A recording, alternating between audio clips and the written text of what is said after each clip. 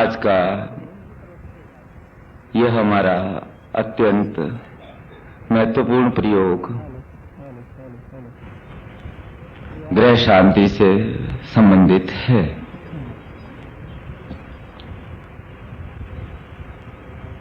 प्रत्येक व्यक्ति जीवन में ग्रहों में विश्वास रखता है और उस स्थिति में जब उस पर कोई विपत्ति आती है, संकट आता है, तो वह ये विचार करने के लिए बाध्य हो जाता है किस कारण से ये आसन्न संकट की स्थिति वर्तमान समय में बनी है। जैसी जैसी जिसकी बुद्धि होती है, जैसा जैसा मन में विचार आता है, उसके अनुसार वह उस समस्या को समाधान करने का प्रयास करता है। ये मैंने ज्यादातर देखा है कि जब श्रेष्ठ समय आता है तो वह व्यक्ति भूल जाता है कि संभवतया आने वाले समय में मेरे लिए कोई बुरी स्थिति भी आ सकती है, बुरा समय आ सकता है, कोई आसन्न संकट की स्थिति हो सकती है। श्रेष्ठ समय में साधना करने से, पूजा करने से तुरंत फल प्राप्त होता है। जैसे कि हम अपने शरीर को ही लें, यदि हम अपने स्वास्थ्य के संबंध में निरंतर सचेत रहें तो हमें जीवन में संभवतया कम से कम व्याधि का सामना करना पड़ता है। लेकिन यदि हम शरीर का ध्यान ही नहीं रखें, शरीर को गलत दोषों से युक्त होने दें, आहार विहार आचार विचार का जब ध्यान नहीं रखते हैं तो शरीर में वह व्याधि पनपने लगती है। ठीक ऐसी स्थिति ग्रहों के संबंध में भी रहती है।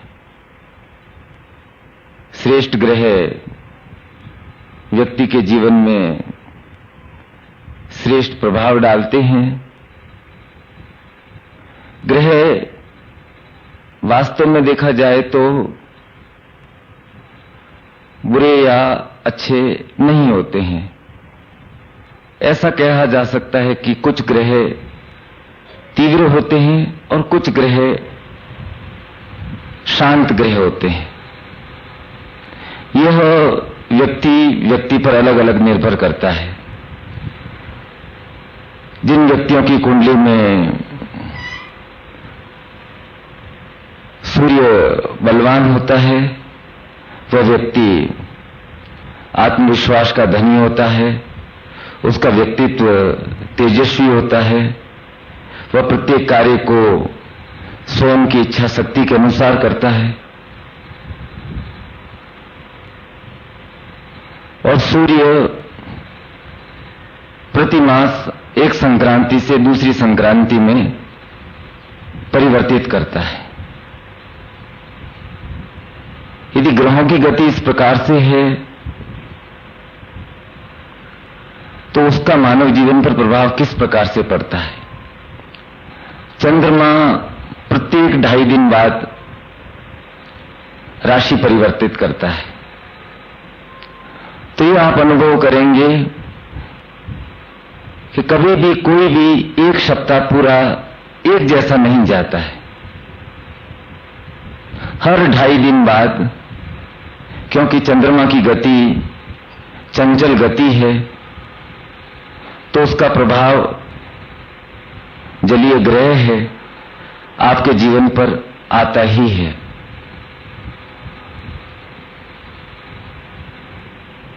सबसे शांत ग्रह बृहस्पति को माना गया है। जिनकी कुंडली में, जिनके जीवन में बृहस्पति अथवा गुरु तत्व प्रधान रहता है, वे व्यक्ति शांत स्वभाव के और स्थिति के अनुसार चलने वाले व्यक्ति होते हैं। यह कुछ एक धारणा बना ली गई है कि मंगल, राहु और शनि निम्न कोटि के ग्रह हैं। वास्तव में ये ग्रह निम्न कोटि के ग्रह नहीं है, लेकिन इनका प्रभाव अत्यंत ही तीक्ष्ण और तीव्र रहता है। यदि किसी व्यक्ति के जीवन में राहु ऐसी स्थिति में पड़ा है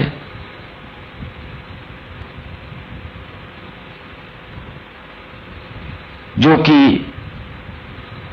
मृत्यु भाव है, तो उसके जीवन में मृत्यु का आसन्न संकट नहीं रहता है।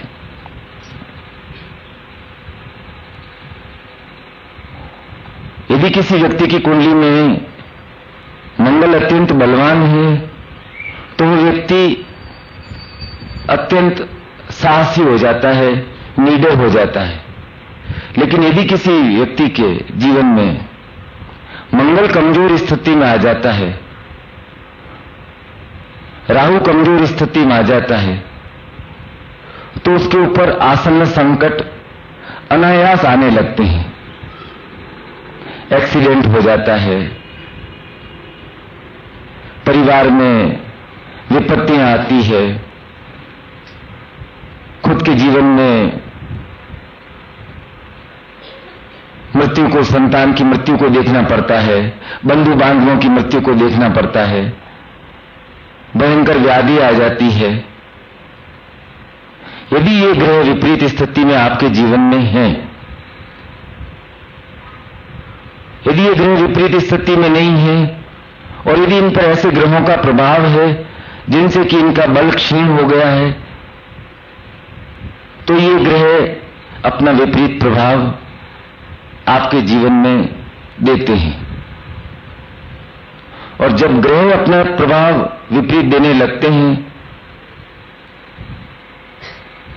तो एकमात्र उपाय ही रह जाता है कि इन ग्रहों की इस प्रकार से शांति की जाए। और ग्रहों को शांत करने का तात्पर्य है कि हम उन ग्रहों की इस प्रकार से पूजा करें कि वह ग्रह हमारे लिए जीवन में अनुकूल हो सके। हर व्यक्ति के जीवन में 9 ग्रह अपना अपना प्रभाव अपने अपने हिसाब से डालते रहते हैं, लेकिन जीवन में मंगल का प्रभाव व्यक्ति के स्वास्थ्य से रहता है। रक्त, नाड़ी, शरीर की भीतरी शक्ति, ऊर्जा, क्रोध, तेज, ये सब मंगल के कारण से होते हैं। ठीक इसी प्रकार राहु के कारण से बीमारी, शत्रु, संकट, आकस्मिक दुर्घटना, ये सारी स्थितियां राहु के कारण से बनती है। चंद्रमा चूंकि निरंतर एक गतिशील ग्रह है, जहां जहां भी आपके जीवन में चंद्रमा और राहु की युति बनेगी तो वह एक प्रकार से ग्रहण योग बन जाता है। और जब वह ग्रहण योग बनता है तो उन दिनों में एकदम आसन्न संकट आ जाता है। आपको आभास भी नहीं होता है कि यह संकट कैसे उत्पन्न हो गया। 4 दिन तक तो स्थिति पहले एकदम ठीक थी और एकदम स्थिति इतनी विपरीत हो गई, जिस बीमारी के बारे में कभी सोचा ही नहीं था वह बीमारी उत्पन्न हो गई। जो अधिकारी पूर्ण प्रसन्न रहता था वह अधिकारी के कारण से आपको नौकरी में बाधा आने लगी। ये सारी स्थितियां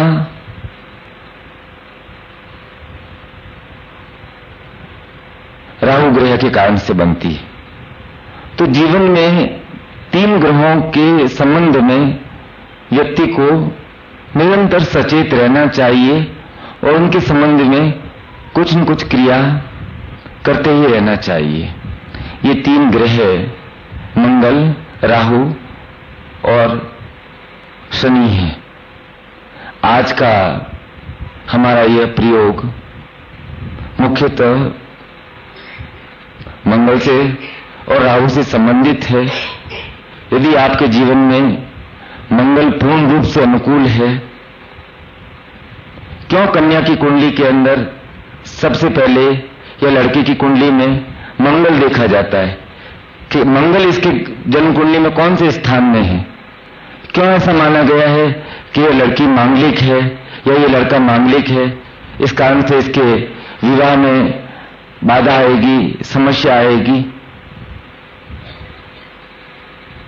क्यों जीवन में मंगली लड़की के विवाह में रुकावटें आती है? यदि समय पर मंगल का दोष दूर कर दिया जाए तो ये समस्या नहीं रहती। और जब जब भी जीवन में आपका मंगल ग्रह कमजोर होगा तब तब आप जीवन में सबसे बड़ा जो आपके पास शस्त्र है आत्मविश्वास, वह आत्मविश्वास तत्व कम होने लगता है। मंगल ग्रह बलवान होने का तात्पर्य है कि आप में आत्मविश्वास की वृद्धि, इच्छा शक्ति की वृद्धि, और आपकी इच्छा शक्ति ही आपके जीवन में क्रिया शक्ति का रूप ग्रहण करती है। और उस क्रिया शक्ति के कारण ही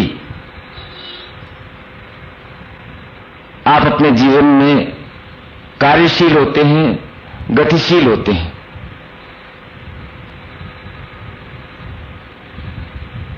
कुछ व्यक्ति मंगल की शांति के लिए हनुमान मंदिर जाते हैं। कुछ व्यक्ति चने बंदरों को चढ़ाते हैं। ऐसे छोटे मोटे टोटके करते हैं, लेकिन उनसे वह ग्रह पूर्ण रूप से शांत नहीं हो पाता है जब तक कि हम उस ग्रह विशेष को ही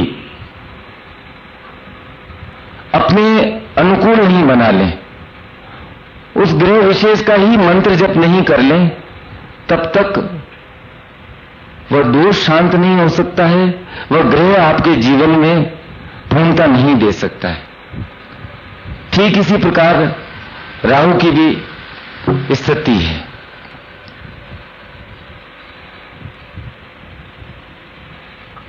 राहु राक्षस तत्व ग्रह है, लेकिन यदि राहु आपके जीवन में पूर्ण बलवान हो जाता है तो आप जीवन में सर्वोच्च सफलता की ओर अग्रसर हो सकते हैं।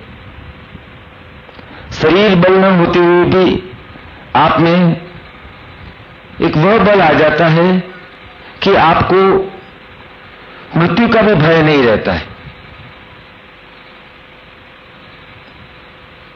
क्योंकि राहु एक ऐसा ग्रह है जो ग्रहण की स्थिति में सूर्य को भी ढक देता है, सूर्य के प्रभाव को भी क्षीण कर देता है। इसलिए जीवन में इन दोनों ग्रहों का अत्यधिक महत्व है। और आज का यह प्रयोग हम पूर्ण विधि विधान सहित इन दोनों ग्रहों की शांति के लिए करेंगे, पूर्ण मंत्रोक्त विधि के साथ। और जो मंत्र मैं आपको दूंगा उस मंत्र का निरंतर जप करना है। और जब भी आपको कुछ ऐसा आसन्न संकट जैसा अनुभव होने लगे तो इस मंत्र को आप घर से बाहर निकलते समय 11 बार उच्चारित अवश्य कर लें, जिससे कि यात्रा में कोई संकट नहीं आए, चोरी का डर नहीं रहे और किसी प्रकार का भय आपके मन को व्याप्त नहीं हो। भगवान गणपति की प्रार्थना के साथ मैं शास्त्री जी को आज्ञा देता हूं कि वह यह प्रयोग विधि विधान सहित संपन्न कराएं। आप अपने यंत्र का पैकेट खोल लें और सबसे पहले पूर्ण ध्यान से गणपति वंदना और गुरु वंदना के साथ ही यह कार्य प्रारंभ करते हैं।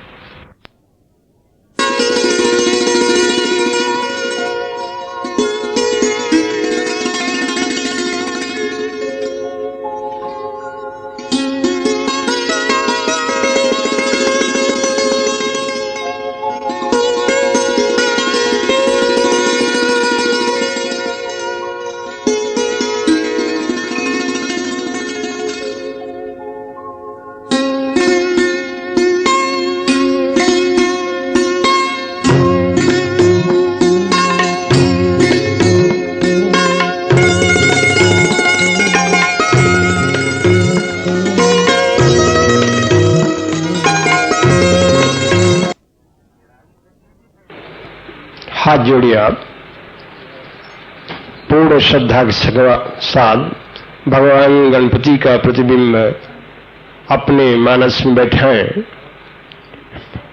ओम सुमुखस्यैकदन्तश्च कपिलो वज्रगणकालम्बोदरस्य विकटो वीरनाशो विनायकः धूम्रकेतुर्गणाध्यक्षो बालचन्द्रो गजानना द्वादशैतानि नामानि यः पठेत् शृणुयादपि विद्यारम्भे वाहे च प्रवेशे निर्गमे तथा संग्रामे संकटे चैव विघ्नस्तस्य न जायते।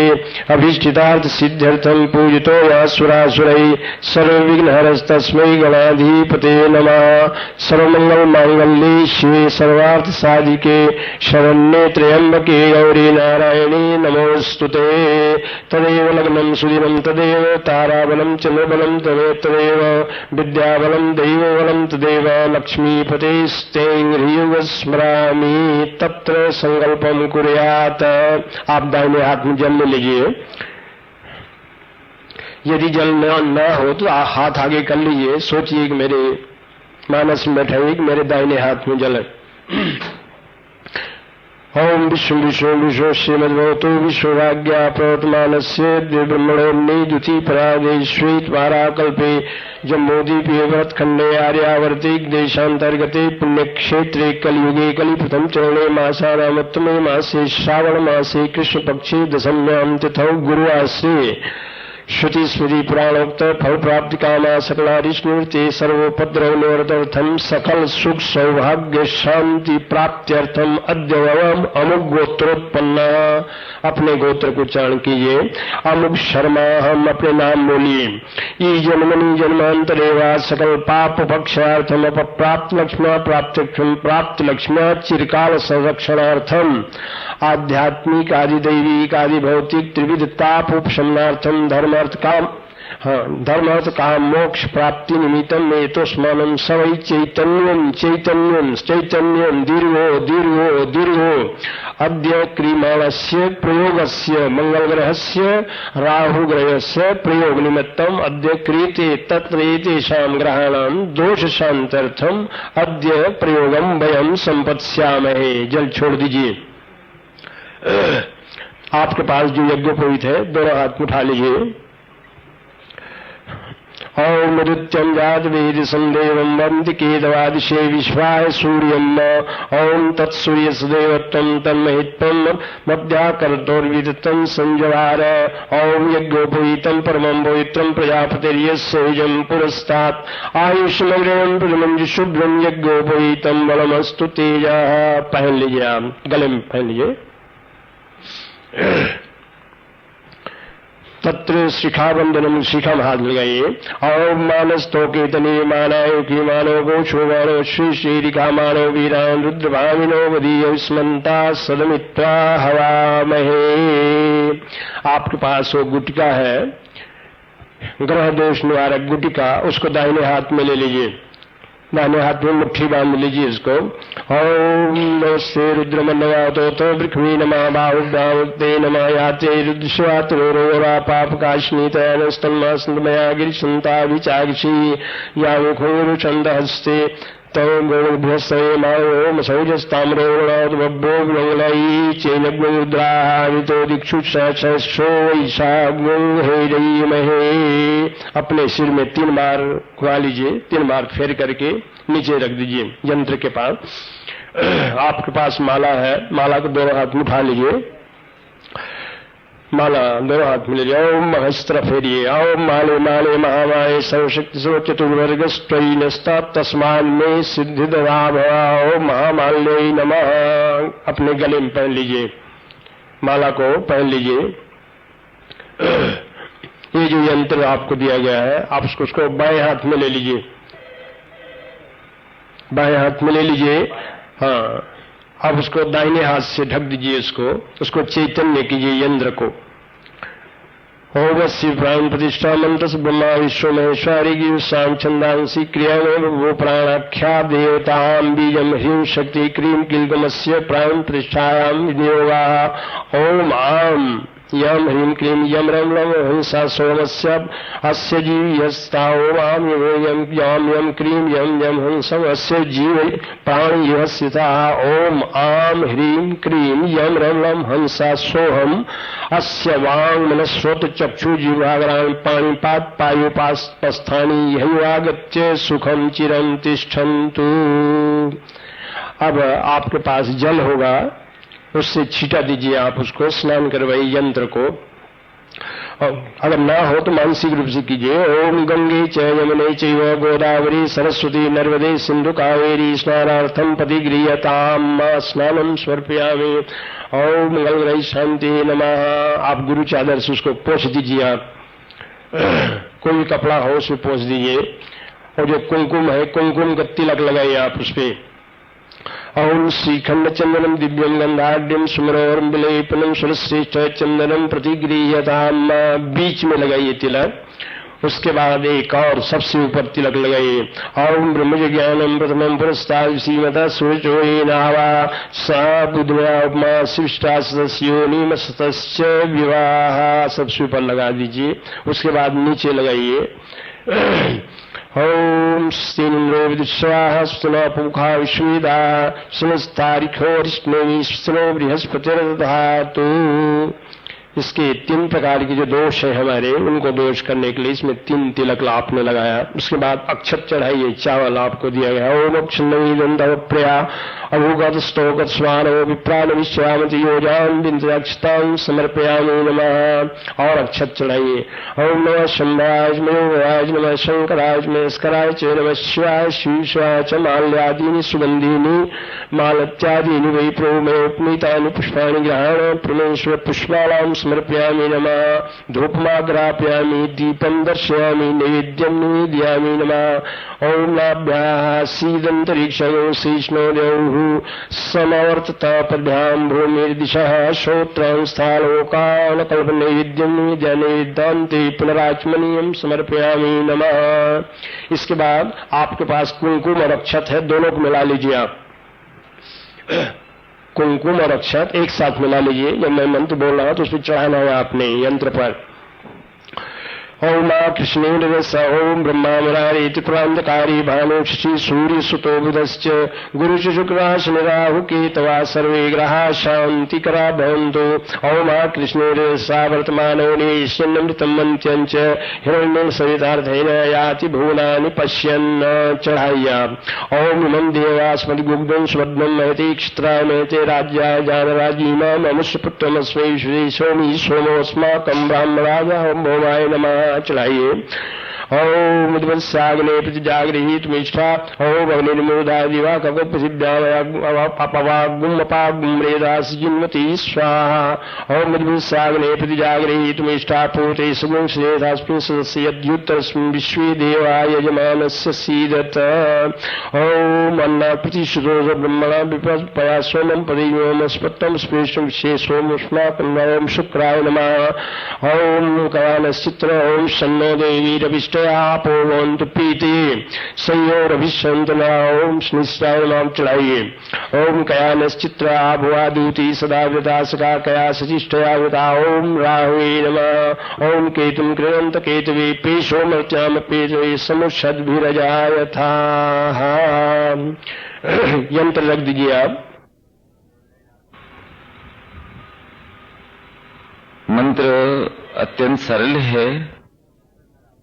बोलिए ओम क्रीम समस्त ग्रह दोष निवारणाय क्रीम फट। ओम क्रीम समस्त ग्रह दोष निवारणाय क्रीम फट। तो एक तो ग्रह शब्द का उच्चारण करें तो गृह नहीं बोल दें, ये सबसे बड़ा एक तो ध्यान रखना है। और क्रीम, क्रीम शब्द म इसमें एकदम कम आवाज से क्रीम, क्रीम इतना लंबा खींचना नहीं है। दो बातें इसमें विचार रखने लायक है। और आप एक माला मंत्र जब भी कर लेंगे और पूर्ण ध्यान अवस्था में कर लेंगे तो एक माला भी बहुत होती है। मैं आप सबको आशीर्वाद देता हूं कि आपकी यह नवग्रह शांति साधना पूर्ण रूप से सफल हो और जीवन में समस्त ग्रहों के साथ साथ गुरु की कृपा, गुरु का आशीर्वाद और प्रभु और आपके इष्ट का आशीर्वाद पूर्ण रूप से प्राप्त होता रहे। जीवन में यश, कीर्ति और लाभ और लक्ष्मी निरंतर प्राप्त होती रहे।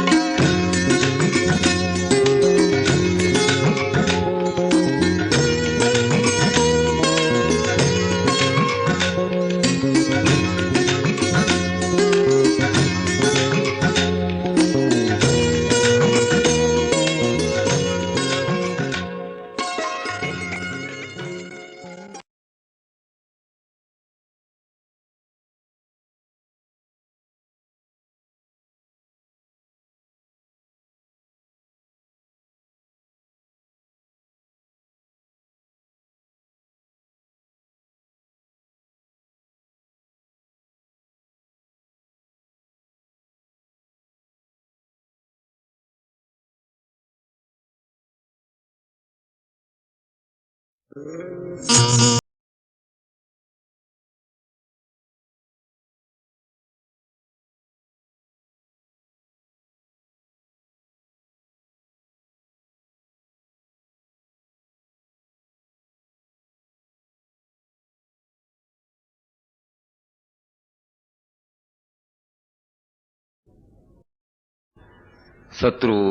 हंता प्रयोग है, शत्रु को परास्त कर देने की क्रिया है। लेकिन इसके पहले हमें यह ध्यान देना होगा कि जीवन में शत्रु तत्व क्या है और मित्र क्या है। आपने अपने जीवन में शत्रु और मित्र की सीधी सीधी परिभाषा बांट रखी है कि जो आपके लिए सहयोगी है, जो आपसे अच्छी तरह से बात करता है, जो आपका कार्य करता है, वह आपका मित्र, और जो आपको सहयोग नहीं करता है, जो आपसे ईर्ष्या रखता है, जो आपको हानि पहुंचाने का प्रयास करता है, जो आपकी प्रगति के मार्ग में रोड़े अटकाता है, वह आपका शत्रु। यदि शत्रु और मित्र की यही परिभाषा है, तो क्यों संसार में जो कल तक शत्रु थे वे आज मित्र बन जाते हैं, और जिन्हें आज आप अपना मित्र मानते हैं, समय आने पर वही आपके शत्रु बन जाते हैं। इसके मूल में यह बात विशेष ध्यान देने योग्य है कि शत्रु किसी व्यक्ति विशेष का नाम नहीं होता है। शत्रु परिस्थिति का नाम होता है। शत्रु आपकी कमी का नाम होता है। जब जब भी आप में शक्ति की कमी आएगी, आपके पास कोई चीज कम होगी, तो आप पर शत्रु हावी होंगे। यदि आप अपने कार्य में दक्ष नहीं है, पारंगत नहीं है, कार्य की पूर्ण जानकारी नहीं है, तो आपको अपने कार्यालय में परेशानी आती है।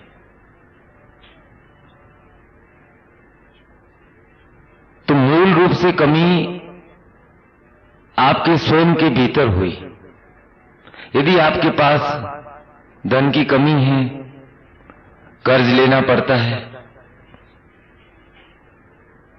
लोग हावी होते हैं, लोगों की झिड़कियां सुननी पड़ती है, सिर झुकाकर चलना पड़ता है, लोग ताने कसते हैं, तो आपको लगता है कि वह व्यक्ति मेरा शत्रु है। वह व्यक्ति आपका शत्रु नहीं है। आपके पास जो कमी है, वह कमी आपका शत्रु है। यदि आपका स्वास्थ्य कमजोर है, तो बीमारी आप पर प्रभाव डालेगी ही डालेगी, शरीर अशक्त होगा ही होगा, और उसके लिए आपको स्वस्थ होने के लिए व्यय करना पड़ेगा। तब वह बीमारी आपकी शत्रु क्यों हुई? क्योंकि आपके भीतर कुछ ऐसा कम था जिसके कारण से आप उस पर हावी नहीं हो सके। आज आपके पास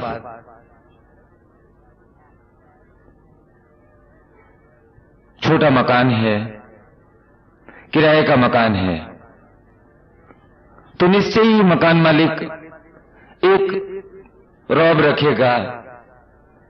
कोई धनी पड़ोसी होगा तो वह आपको अपने स्वभाववश तंग करने का प्रयास करेगा और आप ये मान लेते हैं कि वह व्यक्ति मेरा शत्रु है। और यदि यही स्थिति विपरीत हो जाए, आपके पास स्वयं का बड़ा मकान हो जाए, आपके पास शक्ति आ जाए, तो क्या उस व्यक्ति की हिम्मत हो सकती है कि आपको कुछ कह सके?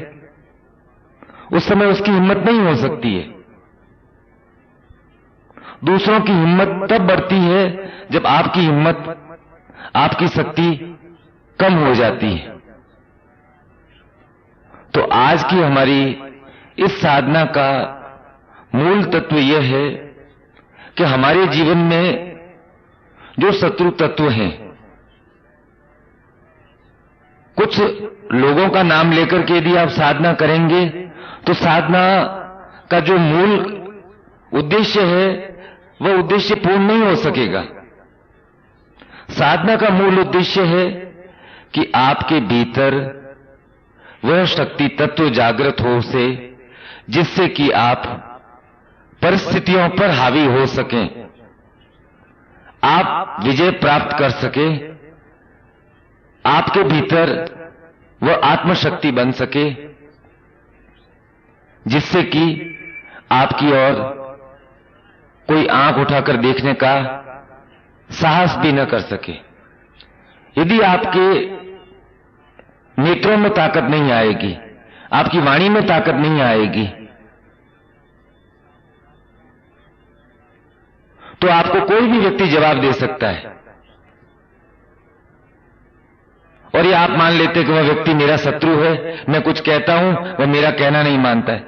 आपका कहना कैसे मानेगा जब आपकी खुद की वाणी में ओज नहीं होगा? आप खुद जो बात कह रहे हैं वह पूर्ण विश्वास और कन्विक्शन के साथ नहीं कहेंगे, तो वह व्यक्ति आपके वशीभूत नहीं हो सकता है, आपके अनुकूल नहीं हो सकता है। तो मूल रूप से हमें हमारी शक्ति का विकास इस प्रकार से करना है कि हमारी शक्ति हमारे जो भी शत्रु हैं, चाहे शारीरिक शत्रु हैं, व्यक्तिगत शत्रु हैं, कार्य शत्रु हैं, और कार्य के मार्ग में जो रुकावटें हैं, अड़चने हैं, मूल रूप से तो वे अड़चने और वे शत्रु हैं।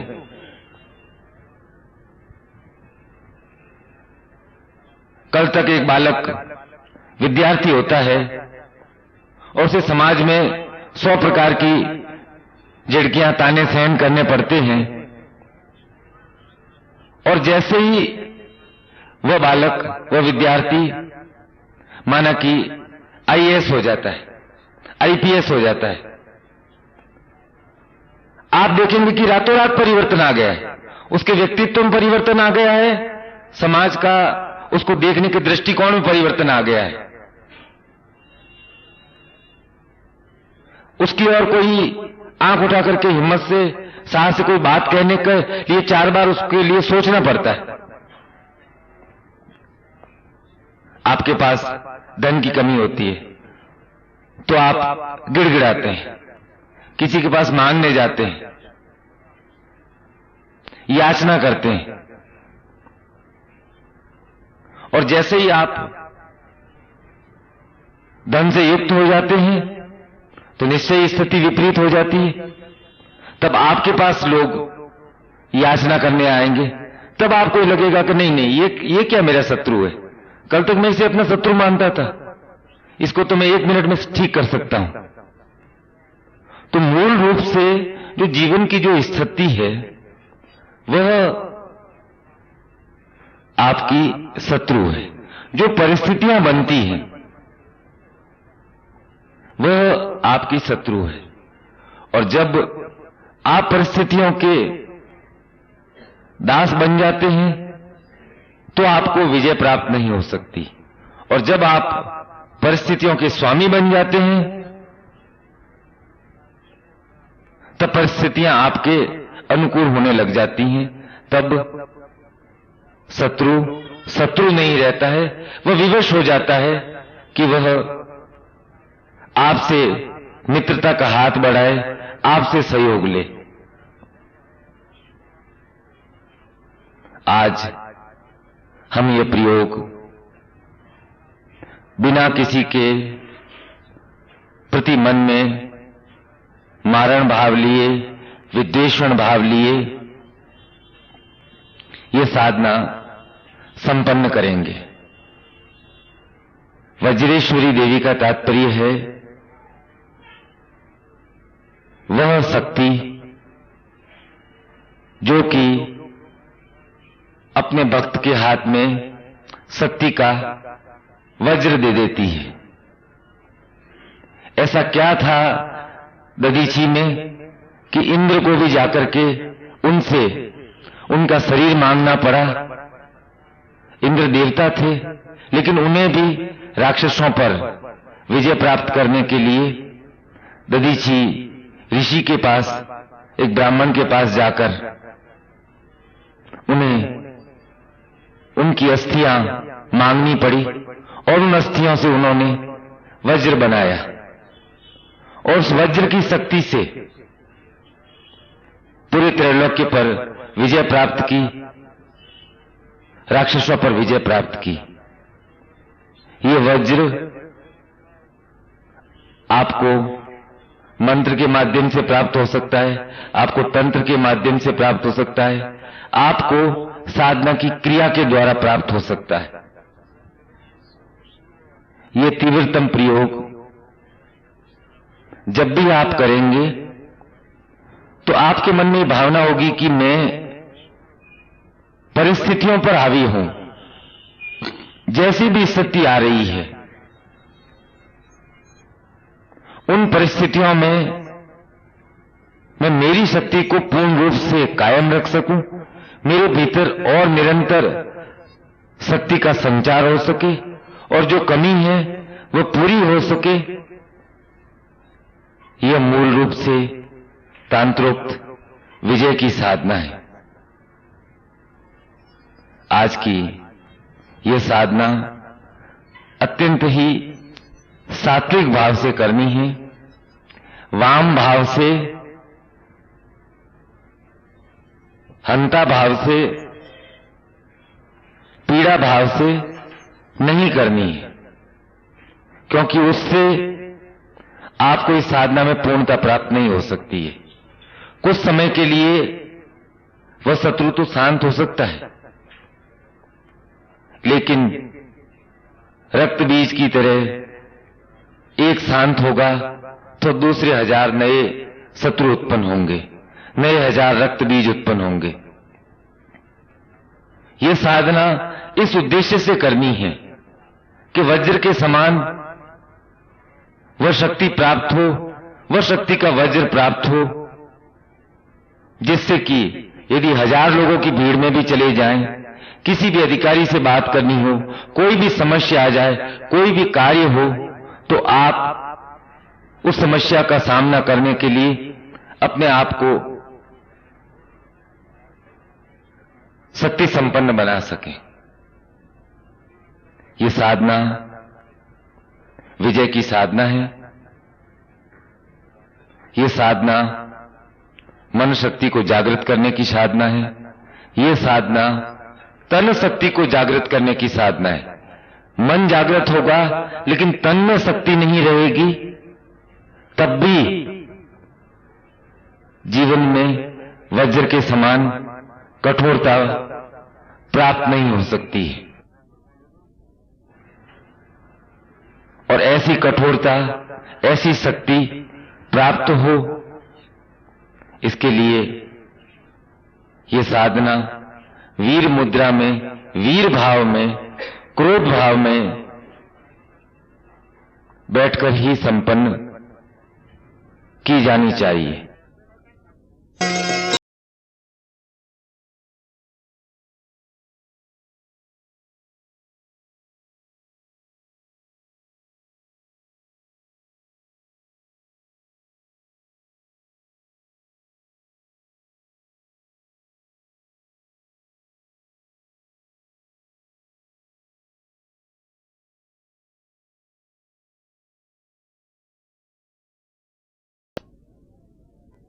आप हाथ जोड़िए गणपति स्मरण के लिए।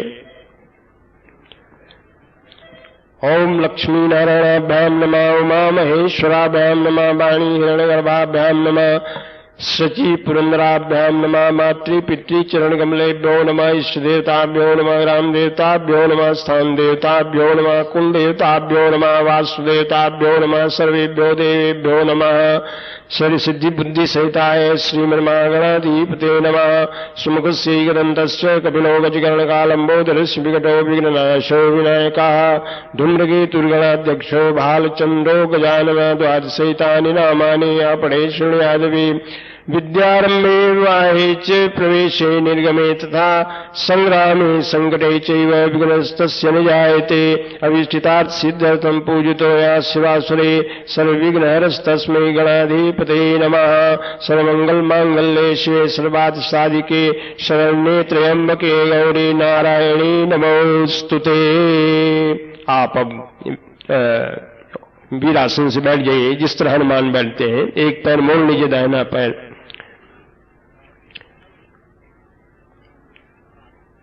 ठीक से बैठिए, एक पैर मोड़िए, एक घुटना ऊपर रखिए। हाँ हाँ।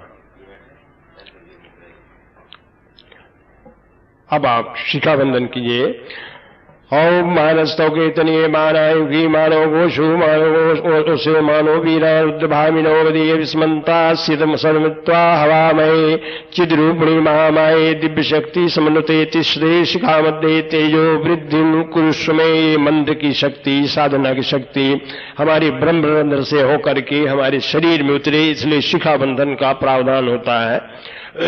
इसके बाद आपके पास अगर जल हो तो संकल्प कीजिए, दाहिने हाथ में लीजिए। जब आप साधना करते हैं तो आप जल अवश्य रखिए। ये जो जल जो है ये प्रत्यक्ष देव है, ये हमारी साधनाओं के प्रयोग के साक्षीभूत।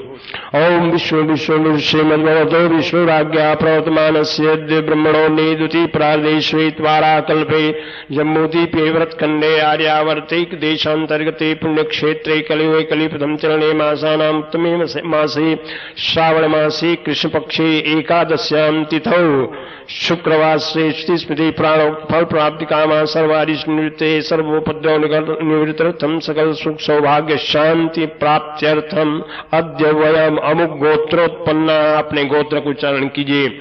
अमुक शर्मा, हम अपने नाम बोलिए आप।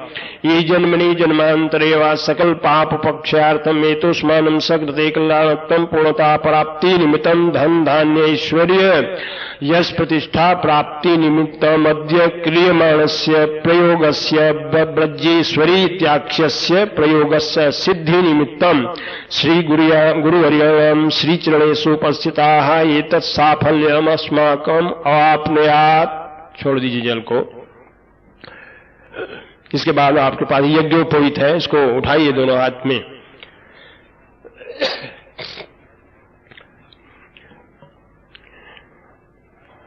ओम सकलु चैतन्यम पूर्णता सौभाग्यम हेतुष्मानं वै। ओम यज्ञोपवीतं परमं पवित्रं प्रजापतिर्य सहजं पुरस्तादायुष्मग्नयं प्रतिमुञ्ज शुभ्रं यज्ञोपवीतं फलमस्तु तेजः नवभिस्तन्तुभिर्युक्तं त्रिगुणं देवतामयमुपवीतं मया दत्तं गृहाण परमेश्वरोपवीतं समर्पयामि नमः। हाँ, पहन लीजिए आप दाहिने हाथ की ओर, या दोनों को डबल करके पहन लीजिए या चादर उठा के पहन लीजिए आप। आपके पास कुमकुम है, उसका तिलक कीजिए आप। ओम नमो, चंदन लगाइए मस्तक पे। ओम नमोस्तुनंताय सहस्मूर्ति सहस्पादाक्षिरोर्भावे सहस्रनाम्ने पुरुषाय शाश्वते सहस्रकोटि युगधारिणे नमः। ओम सहस्रीर्का पूर्वा सहस्राक्षा सहस्रपात सबूमिग्मं सर्वतस्पृत्वा तिष्ठत् दशांगुलम्। आप माला उठा लीजिए, माला लेके दोनों हाथ में लीजिए आप।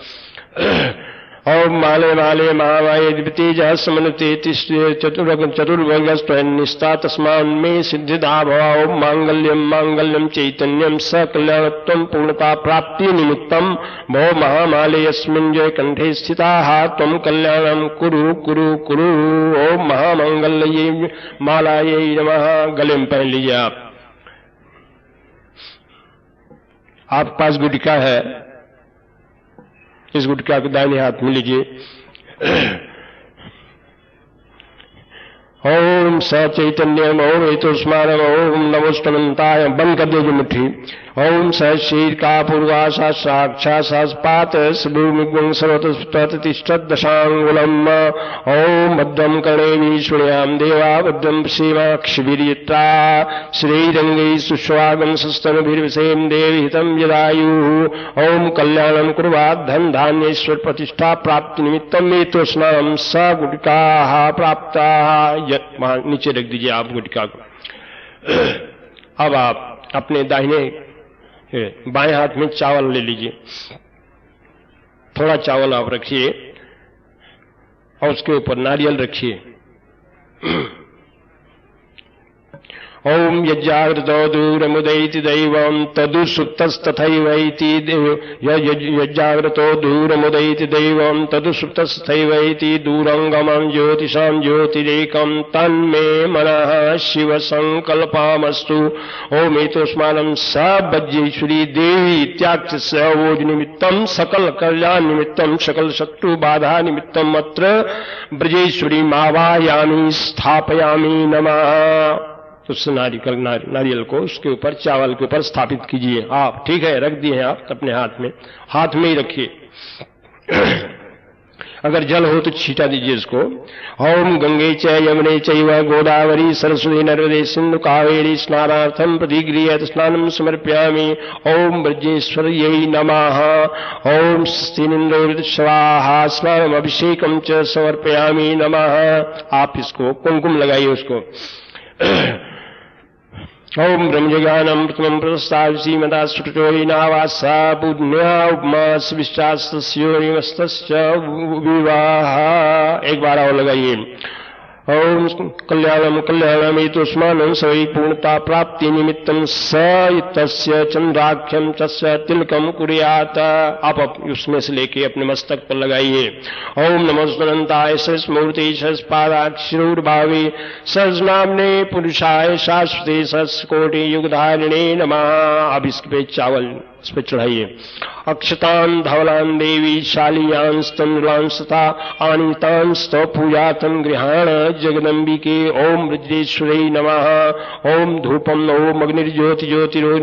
ओम धूर सिधूर धूर्वंतम धूर्वतम यो अस्मान धूरितम धूर्वयम वयम धूर्वाम देवानां स्मन्नितमं सस्नितमं जुष्टं देव धूपमाग्रापयामि। ओम अग्निर्ज्योति ज्योति ज्योतिरतिर्दीपम दीपम दर्शयामि नमः। ओम नाभ्याः सीदंतरिक्ष नैवेद्यम निवेदयामि आचमनीयम समर्पयामि नमः।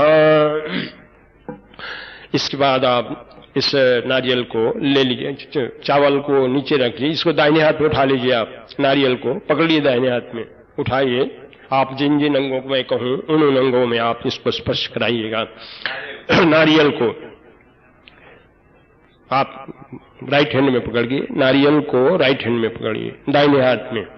ओम सवै सवै चैतन्यम सचैतन्यम सकल बाधा निवृत्तर्थम सकल सुरक्षा निमित्तं च शिरसि स्थापयामि नमः। स्वपूर्वकृत पूर्व जन्म के तस्मिन् जन्म के भाग्य दोष निवर्तर्थम सकल भाग्योदय निमित्तं च ललाटे स्थापयामि नमः। स ब्रजेश्वरीं कंठे स्थापयामि नमः। सरस्वती रूपेण अद्य स्थिताः अद्य सुख सौभाग्य शांति प्राप्ति निमित्तं स ब्रजेश्वरीं भद्रम कर्णेभिः शृणुयाम देवायति भद्रार्थे हृदये स्थापयामि नमः। ताम वज्रेश्वरी उदर पूरी तीर्थम अन्नपूर्णा रूपेण उदय स्थापयामि नमः। और सकल बल ऊर्जा प्राप्ति निमित्तम स्वस्तिक रूपेण सौभाग्य रूपेण स बाहो स्थापयामि नमः। ओम शत्रु विघातार्थम सकल बल प्राप्ति धन धान्य प्राप्ति निमित्तम सकल ऊर्जा प्राप्ति जंघे स्थापयामि नमः। स सौभाग्ये तो एतस्मानं सवै सवै सवै चैतन्यम चैतन्यम बल स्थापनार्थम ये सब पादौ स्थापयामि नमः। दोनों पैरों में आप स्थापित कीजिए। अब आप नारियल रख दीजिए। हाँ, चावल भी रख दीजिए। हाथ जोड़िए आप।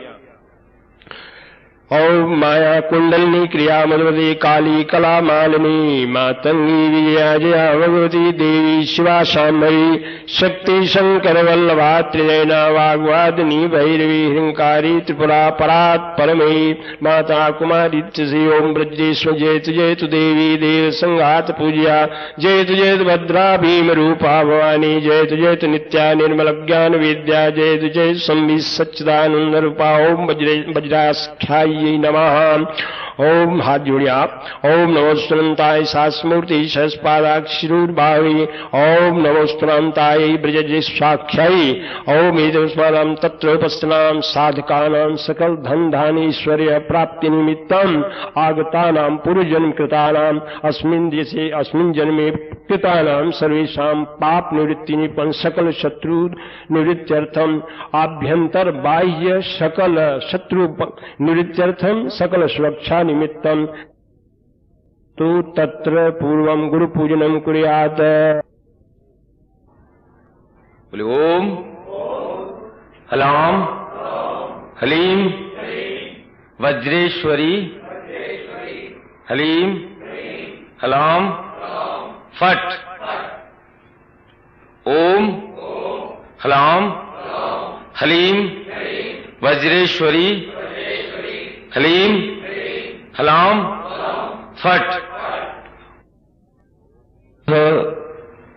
नारियल वज्र है और ये रक्षा के रूप में आपके पूजा स्थान में रहेगा। गुटिका जिस प्रकार की भी बाधा है, जिस प्रकार का भी शत्रु है, आप चाहें तो नित्य एक बाधा की निवृत्ति के लिए मंत्र जप कर सकते हैं और ये 11 दिन तक 11 बाधाएं, मैं शत्रु शब्द प्रयोग नहीं ले रहा हूं क्योंकि मूल रूप से बाधाएं ही शत्रु हैं। उन 11 बार 11 दिन तक नित्य प्रति 4 माला इसका मंत्र जप जितनी देर भी वीर मुद्रा में बैठकर कर सके, ज्यादा से ज्यादा वीर मुद्रा में सामने नारियल रखा होगा और नित्य नारियल पर कुमकुम और सिंदूर दोनों अर्पण करना है। और 11 दिन के पश्चात नारियल पूजा स्थान में ही रहेगा और ये गुटिका अपने शरीर पर, सिर पर 11 बार घुमाकर इस गुटिका को घर से दूर कहीं जमीन में गाड़ देना है। प्रवाहित नहीं करना है, गाड़ देना है। और यह मंत्र वज्रेश्वरी का जब भी कोई आसन्न संकट भय ऐसा लगे तो उसका मंत्र जप कर सकते हैं। और मैं आप सबको ये आशीर्वाद प्रदान करता हूं कि आपके जीवन में वज्रेश्वरी पूर्ण रूप से शरीर में, मन में उतरे और आप अपने जीवन में ही हनुमान की भांति पूर्ण बलिष्ठ हो सके। जीवन में आपको हर समय वज्रास्त्र प्राप्त हो। आशीर्वाद, कल्याण।